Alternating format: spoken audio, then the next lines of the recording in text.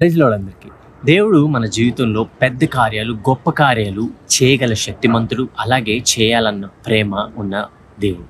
ఎందుకంటే మనకి బైబిల్ సెలవిస్తూ ఉంది. ఎఫెసీయులకు రాసిన పత్రిక 3వ అధ్యాయము 20వ వచనం, మనము అడుగు వాటి కంటెను, ఊహించు వాటి కంటెను అత్యధికముగా చేయగల శక్తిమంతుడు అని సెలవిస్తూ ఉంది. ఆమేన్. ఈ వాక్య భాగము ఎందుకు చెప్తున్నాను అంటే, మనం చాలాసార్లు జీవితంలో విని ఉంటాం, తగ్గింపు జీవితం ఉండాలి, చిన్న చిన్న కోరికలు మాత్రమే అడగాలి దేవుణ్ణి, లేదా చిన్న రిక్వెస్ట్తో ఆ దేవుడు ముందుకు వెళ్ళాలి అని. ఆ తగ్గింపు గురించి లోకం మాట్లాడుతూ ఉంది. కానీ మనకి బైబిల్ ఈ వచనం ద్వారా ఏం చెప్తుందంటే, మనము అడిగి ఊహించే దానికన్నా దేవుడు అత్యధికంగా చేయగలడు.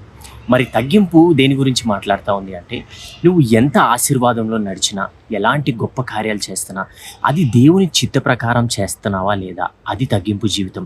నీలో ప్రేమను బట్టి ఇతరులకు సహాయకరంగా ఉన్నావా, అది తగ్గింపు జీవితం.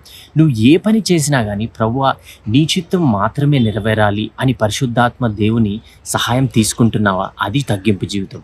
అంతేగాని చిన్న చిన్న రిక్వెస్ట్లతో నా దగ్గరికి రండి అని దేవుడు చెప్పట్లేదు. పైగా యేసుక్రీస్తు మనకు సెలవిస్తూ ఉన్నాడు, నేను వచ్చింది జీవితాన్ని ఇవ్వడానికి, అత్యధిక జీవితం ఇవ్వడానికి అని. అంటే Bible always talks about abundance. So if you are dreaming, I want you to dream big and ask big, because in fact God is the one who gives you bigger and bigger visions. Amen.